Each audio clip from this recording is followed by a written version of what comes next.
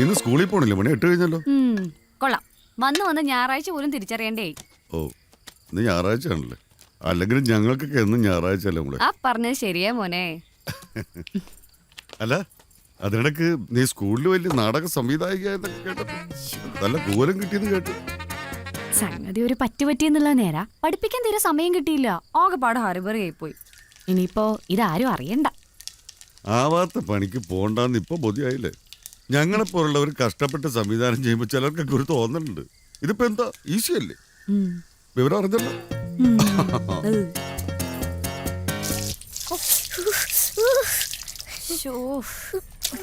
ദേഹത്ത് മുഴുവൻ പൊടിയഴുക്കാണല്ലോ. പോയടുത്ത് കുളിയൊന്നും ഉണ്ടായിരുന്നില്ലേ കണ്ണ? അതെ, ഇന്നലെ കുഞ്ഞേട്ടനെ ഇവിടെ കുളിക്കാൻ നിൽക്കണ്ട. സർവീസ് സ്റ്റേഷനിൽ പോയി സർവീസ് ചെയ്തോളൂ. എഴുന്നേറ്റ് തന്നെ. നേരത്തെ ആഹാരം വല്ലതും കിട്ടിയിരുന്നോ മോനെ? ഒന്നിനെ കണ്ടാലറിയാം. അച്ഛനോ അങ്ങനെയായി. നീ എന്തെങ്കിലും അച്ഛന്റെ വാലായിട്ട് നടക്കണേ? എനിക്ക് അച്ഛനോട് പോവാനാ ഇഷ്ടം.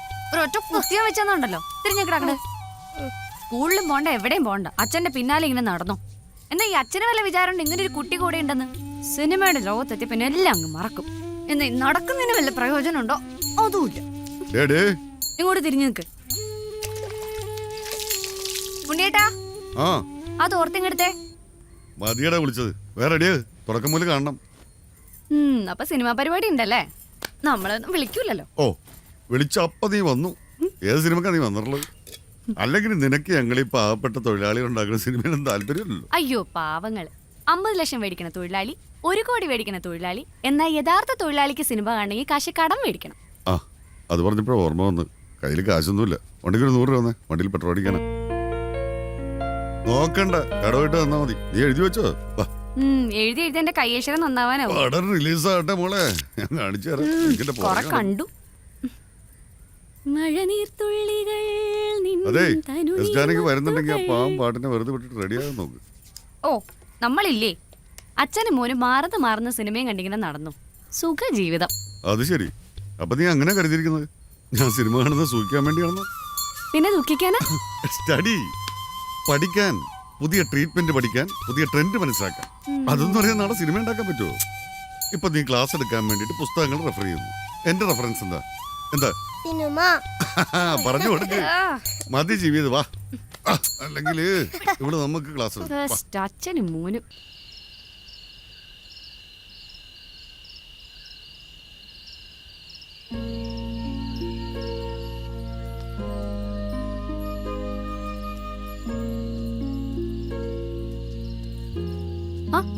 ഇതെന്താ ഈ പാതിരാത്രിക്ക് ഇവിടെ വന്ന് നിക്കണേ?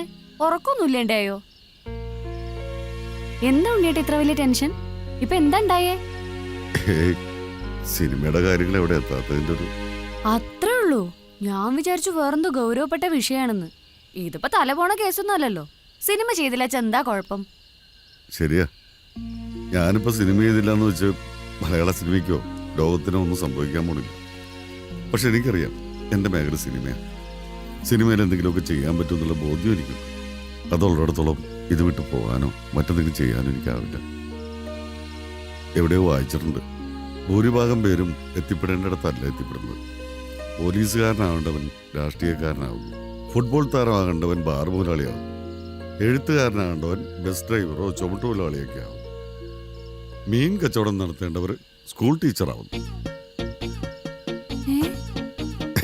ഞാൻ പറഞ്ഞു വന്നത് മനസ്സിലായി, നന്നായിട്ട് മനസ്സിലായി.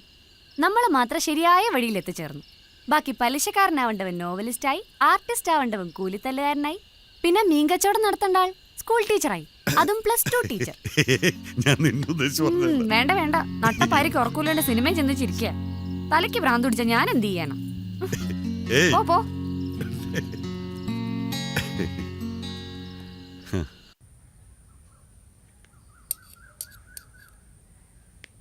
എടുത്ത് കഴിക്കടാ. എത്ര നേരത്തിട്ടാണ് സമയം തയ്യൂല. ഉണ്ണേട്ടാ, ചോറെടുത്തോ.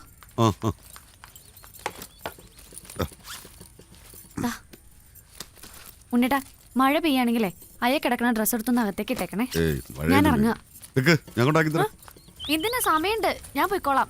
ഉണ്ണിയുടെ മോനെ സ്കൂളിൽ കൊണ്ടാക്കാൻ നോക്ക്. പിന്നെ ആ കൂട്ടുകാരെ ഇങ്ങോട്ട് വിളിച്ചു കയറ്റത് പ്രത്യേകിച്ച് സിനിമക്കാരെ ഞാൻ ഒരു ദിവസം മുഴുവൻ കഷ്ടപ്പെട്ട് വൃത്തിയാക്കി വീടാ ഓ മനുഷ്യനെ വന്നാൽ 10 സെക്കൻഡ് ആ ഇവിടെ ഉണ്ടായിരുന്നോ എത്ര നേരം ഇവിടെ കഷ്ടപ്പെട്ടിരിക്കുന്നത് ഒന്ന് പോയി കിട്ടണ്ടേ വിദ്യാഭ്യാസ മന്ത്രി നീ എന്തേ കാണിക്കുന്നത് കാലിൽ ഉറുമ്പ് കടിച്ച് മേൽപോട്ട് കയറി കടിക്കാന്നൊരു സംശയം അതിന് ഉരച്ചു കൊല്ലുവാ മേപ്പോട്ട് കയറിയെങ്കിൽ ഉരക്കണ്ട തന്നെ ചത്തോളൂ നീ ആ മണി ഉടക്കണ്ട ഇതാ ആ നീ വാ ആ വേവട്ടെ വേവട്ടെ കുളിപ്പണം ഹായ് കുട്ടാ എന്റെ മുടി ചീകി വെച്ചതാ ചീത്താക്കല്ലേ അയ്യോ എന്റെ പാല് ആഹാ മോന്റെ പാലായിരുന്ന ഉറുമ്പ് കടിച്ചടിക്കപ്പോ പാല് കുടിക്കണം അത് അച്ഛനപ്പന്മാരായിട്ടുള്ള ശീലാണേ കേട്ടിട്ടില്ലേ പാലക്ക ഫാമിലി വിദ്യാഭ്യാസ മന്ത്രി ഇന്ന് കാര്യമായിട്ടൊന്നും ഉണ്ടാക്കിയിട്ടില്ല ആ പഴങ്കഞ്ഞി പഴങ്കഞ്ഞി മോനെ എങ്ങനെ ഉണ്ടായിരുന്നു ഇന്നലെ കണ്ട പടം നല്ല സബ്ജക്റ്റാ പക്ഷേ ട്രീറ്റ്മെന്റ് പോരാ അയ്യടാ ഇവനാര് ചെൽബർഗറാ അവനെ കുറ്റം പറഞ്ഞിട്ട് കാര്യമുണ്ടോ ഇതൊക്കെ കേട്ടല്ലേ അവരും വളരുന്നത് ചേടാ അവളില്ലാന്ന് കരുതി ഒരുപാട് പേര് അർമാദിക്കല്ലേ അവളുടെ സ്പൈ ആയിരിക്കുന്നത് ഇവൻ നമ്മുടെ ആളല്ലേ ഓ ഓ ഓ അവൻ എന്റെ പോലും ആളല്ല ലോകം മുഴുവനും കൊണ്ടു നടക്കുന്നത് ഞാനാ എന്നാലും അവന്റെ കൂറ അമ്മയോടാ അച്ഛാ ഞാൻ അമ്മയോട് പറഞ്ഞു കൊടുക്കും എന്ത് അച്ഛൻ ഇങ്ങനെയൊക്കെ പറയണത് നീ എന്റെ ചക്കരട കുട്ടപ്പയ്യ നീ എന്താണ് ഈ കാണിക്കുന്നത്? എന്തുവാ പൊട്ടൻ ബിസ്ക്കറ്റ് ഉണ്ടോ അല്ലേ ഉണ്ണിയേട്ടാ പടത്തിന്റെ കാര്യം എന്തായി ഉണ്ണിയേട്ടന്റെ പടത്തിൽ ഒരു പാട്ട് എഴുതാൻ വേണ്ടി എത്ര കാലമായി ഞാൻ നടക്കുന്നു ഒരു കവിയുടെ ആത്മസംഘർഷം ഇവിടെ ആരും കാണുന്നില്ലല്ലോ ആ, ഒരു വട്ടം കൂടി ഈ കവിയുടെ ഹൃദയത്തിൽ മുളപൊട്ടി വിടരും മൃഗന്ധം ഇത് മൃഗന്തോ ആ മൃഗന്ധം എന്നുവെച്ചാ പ്രമരം ഹേയ്, മൃഗന്ധം ആ?